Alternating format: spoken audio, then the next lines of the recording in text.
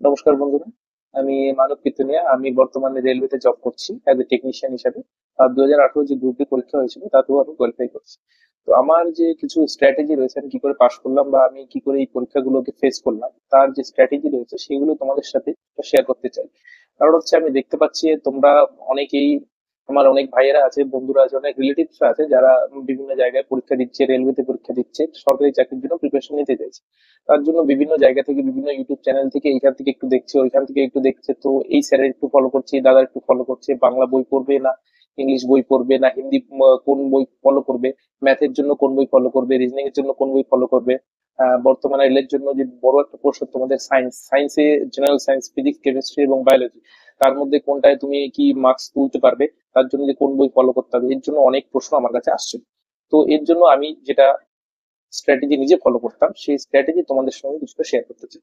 প্রথমে বলবো, তোমরা যে কোনো একটা জায়গা থেকে তোমরা যদি ফলো করো তাহলে খুব ভালো হবে। পরীক্ষায় পাশ করার জন্য তোমাদের যে একটা নির্দিষ্ট স্ট্র্যাটেজি, সেটা নিজেরা তৈরি করো। কোন সময় পড়তে বসবে, কি পড়বে, জেনারেল সায়েন্সে কোথা থেকে পড়বে, ম্যাথ কোথা থেকে পড়বে, রিজনিং কোথা থেকে পড়বে, জিকে কোথা থেকে পড়বে। তো এইগুলো সম্পর্কে আমি একটা আইডিয়া দিয়ে দিচ্ছি এবং নিজেরা ওইটাকে তৈরি করার চেষ্টা করো। তাহলে এটা বেস্ট স্ট্র্যাটেজি হবে, তুমি নিজে তৈরি করো। তো আমি বলছি, প্রথম থেকে যদি আমি শুরু করি, ম্যাথের ক্ষেত্রে তুমি প্রথম তুমি বাংলায় যদি পড়তে চাও, তুমি সুবির দাসের বই থেকে তুমি ফলো করতে পারো। তো রেলওয়ের জন্য তোমার যদি পড়াশোনা করতে হয় তাহলে প্রথমেই তোমার ম্যাথ এবং জেনারেল সায়েন্স, রিজনিং, জিকে, এই চারটের জন্য তোমার যে সমস্ত পরীক্ষায় লাগে, কিন্তু জেনারেল সায়েন্সের জন্য তোমার আলাদা করে প্রিপারেশন নিতে হবে। কিন্তু অন্যান্য পরীক্ষার জন্য, জেনারেল সায়েন্সের জন্য তোমার বেশি করে প্রিপারেশন নেওয়া দরকার পড়ে না। কিন্তু তুমি যদি রেলের পরীক্ষা, স্পেশালি এনটিপিসি, গ্রুপ ডি হয়ে গেল, তোমার রেলওয়ে আরপিএফ, এসআই এবং এলপি টেকনিশিয়ান, জুনিয়র ইঞ্জিনিয়ার, এই পরীক্ষাগুলোর জন্য তুমি যদি পাশ করতে চাও তাহলে তোমার একটা বড় মাপ পোর্শন থাকে তোমার হচ্ছে জেনারেল সায়েন্স থেকে, ফিজিক্স, কেমিস্ট্রি এবং ফিজিক্স, কেমিস্ট্রি, বায়োলজি, তার জন্য তোমার আলাদা করে প্রিপারেশন নিতে হবে। বাকি অন্যান্য পরীক্ষার জন্য তোমার এগুলোর আলাদা প্রিপারেশন লাগবে না। তুমি মোটামুটি ওদের জিকের সাথে, জেনারেল অ্যাওয়ারনেস এর সাথে এগুলোকে নিয়ে তুমি চলতে পারবে। এরপর তোমাদেরকে বলছি যে স্ট্র্যাটেজি কি হওয়া উচিত তোমাদের। তোমাদের যে বর্তমানে যে রেলওয়ে টেকনিশিয়ান হয়ে গেল, আর তোমার এলপি হয়ে গেল, গ্রুপ ডি হয়ে গেল, তুমি যে কোনো পরীক্ষার জন্য যদি তোমরা ম্যাথ করতে চাও, প্রথমে ম্যাথ তুমি কম সময়ে কি করে তুমি পারবে, তার জন্য তোমার স্ট্র্যাটেজি হওয়া উচিত, তুমি প্রথমে সুবির দাসের যে বইটা রয়েছে, সুবির দাসের বইটা তুমি শেষ শেষ করার চেষ্টা করো। প্রথম কাজ হচ্ছে, প্রথম যারা বিগিনার্স তারা তোমরা শুরু করবে সুবির দাসের বই থেকে। বাংলায় তোমার ধারণাটা ক্লিয়ার করো আগে, কারণ সমস্ত পরীক্ষা, রেলের পরীক্ষা তুমি এখন বাংলা দিতে পারছো, ডব্লিউবিসিএস বাংলা দিতে পারছো, অনেক পরীক্ষায় তুমি বাংলায় দিতে পারছো, সুতরাং বাংলায় তুমি আগে শুরু করো। তারপর তোমার ভিতটা স্ট্রং হওয়ার পরে তুমি ইংলিশ বইয়ের দিকে যাবে। ইংলিশে ভালো ভালো বই আছে আমি জানি, সেই জন্য অনেকেই ইংলিশ বইয়ের কথা বলে, কিন্তু তুমি বাংলা বইগুলো প্রথমে ফলো করো।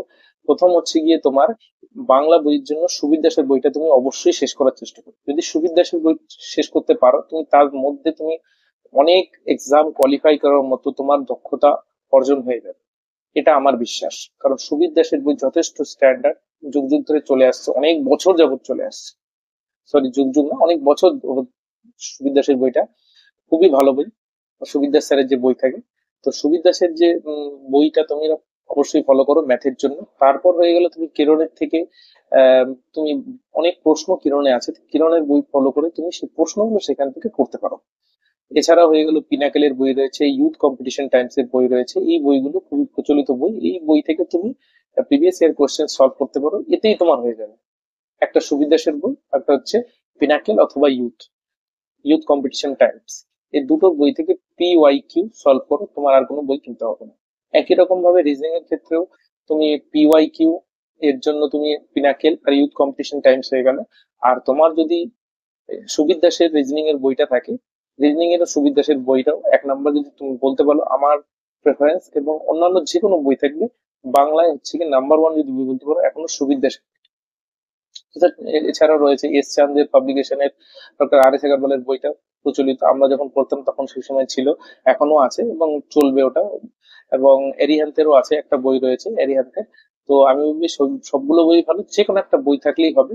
আর যেই পোর্শনটা তুমি বুঝতে না পারবে, সেই পোর্শনটা তুলে তুমি ইউটিউবে সার্চ করবে এবং ইউটিউব থেকে সেই পোর্শনটারই আনসারটা দেখে এবং একটা নোটস তৈরি করে নেবে সাদা খাতায়, এবং তারপর তুমি কোশ্চেন ওইখান থেকে ফলো করবে, ইয়া তো পিনাকেল না হলে হচ্ছে ইউথ কম্পিটিশন টাইমস, এই বইগুলো খুবই ভালো। এই একই রকম জেনারেল সায়েন্সের জন্য তোমার হচ্ছে মেন যদি করতে বলো, তুমি অনেক বই বেরিয়েছে। তোমার কার্তিক চন্দ্র মন্ডল হয়ে গেল, মিল্টন পাবলিকেশন হয়ে গেল, ছায়া বই হয়ে গেল, তপতি পাবলিশার্স হয়ে গেল, সুস্মিতা সাহার বিজ্ঞান বই হয়ে গেল। সব বই ভালো, আমি বলবো নো ডাউট। এই সব বইয়ের বিষয়ে খারাপ বলার দক্ষতা এখনো আমার হয়নি, আহ, যোগ্যতা আমার হয়নি। তো এই সব বইগুলি নিঃসন্দেহে ভালো, কিন্তু তোমার যদি আরো এর থেকে এক লেভেল উপরের সায়েন্স দরকার হয় তার জন্য, এবং বেসিক সায়েন্স দরকার হয় তার জন্য, নবম দশম শ্রেণী সুখেন্দু মাইতির বই হয়ে গেল, চট্টোপাধ্যায় গঙ্গোপাধ্যায়ের পুরোনো দিনের প্রান্তিক পাবলিকেশনের বই হয়ে গেল, এই বইগুলো তোমার অবশ্যই প্রয়োজন হবে। এছাড়া জীবন বিজ্ঞানের ক্ষেত্রেও তোমার একই রকম প্রান্তিক পাবলিকেশনের যে বইটা রয়েছে, সেই বইটা তুমি অবশ্যই ফলো করো। নবম এবং দশম শ্রেণী একসাথে রয়েছে। তো সুতরাং তুমি এইসব বিষয়গুলি খেয়াল রাখলে আমি বলবো। এবং এই দুটো বই ফলো করার পর, এবং পিওয়াইকিউ এর জন্য মানে প্রিভিয়াস ইয়ার কোশ্চেনের জন্য, এটা হচ্ছে প্র্যাকটিসের জন্য, তুমি পিনাক্কেল অথবা ইউথ কম্পিটিশন ট্যাক্স, এই দুটো বই বেস্ট বই।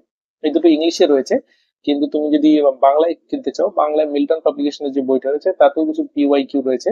এই বইগুলো থেকে তুমি পড়তে পারো। যদি স্ট্যান্ডার্ড তুমি নিজেকে প্রস্তুত করতে চাও, তাহলে তুমি ইউথ কম্পিটিশন টাইমস বইটা নিতে পারো, জেনারেল সায়েন্সের বিষয়ে। এই বইটা আমি দেখাচ্ছি তোমাদেরকে। এই বইটা রয়েছে, এই বইটা তোমার জেনারেল সায়েন্সের বিষয়ে,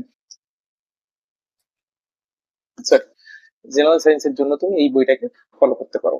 এরপর রয়েছে জিকে। জিকের জন্য, স্ট্যাটিক জিকের জন্য তোমাদের অনেকগুলো বই রয়েছে। বাংলায় তোমার নিতিন সিংহানিয়ার ম্যাকগ্রোহিল পাবলিকেশন থেকে একটা বই বেরোয়, তোমার ওই বইটা ভালো আছে। ক্র্যাক ক্র্যাক আছে রায় মার্টিনের যে বইটা রয়েছে, ওই বইটা ধরতে গেলে যত বই বেরিয়েছে সব বই ভালো। কার্তিক চন্দ্র মন্ডলের বইটাও ভালো। তুমি যদি অ্যারিহান্তের বইও ভালো, কিন্তু ওগুলো ইংলিশে। আর তরুণ গোয়েলের বই, ওইগুলো ভালো, কিন্তু যদি তুমি গ্রেড ওয়াইজ দেখতে চাও, যদি এক নম্বরে রাখতে চাও, এক নম্বরে তোমার রায় মার্টিন রাখতে পারো, দু নম্বরে তুমি কার্তিক চন্দ্র মন্ডল রাখতে পারো, তারপর তুমি নিতিন সিংহানিয়া রাখতে পারো, তারপর অ্যারিহান্ত, তারপর তুমি তরুণ গোয়েল। বিভিন্ন বইগুলো রয়েছে জেনারেল স্টাডিজের উপরে। এরপর তুমি লুসেন্টও রাখতে পারো, কিন্তু একটু পরের দিকে। শুধু লুসেন্ট করলে কোনোদিনই চাকরি পাওয়া সম্ভব হবে না। তোমার বেসিকের জন্য প্রথমে বাংলা বই পড়তে হবে, তারপর তোমাকে ইংলিশে তার জন্য সলভ করতে হবে। আমি এই স্ট্র্যাটেজিতে আমি এই বইগুলো তোমাদেরকে বললাম, এই বইগুলো কিনবে এবং নোটস নিজেরা তৈরি করার চেষ্টা করো, তাহলেই তোমাদের এক্সাম গুলো সহজেই ক্লিয়ার করার সম্ভাবনা বেড়ে যাবে। ধন্যবাদ বন্ধুরা। এই আমার কিছু স্ট্র্যাটেজি তোমাদের সাথে শেয়ার করলাম। যদি ভালো লাগে তাহলে অবশ্যই চ্যানেলটিকে সাবস্ক্রাইব করো। আমি পরবর্তী ভিডিওতে তোমাদের বিভিন্ন বইয়ের বিষয়ে যে সমস্ত কোয়ারি গুলো আছে, সেই কোয়ারি গুলো সলভ করার চেষ্টা করবো। ধন্যবাদ।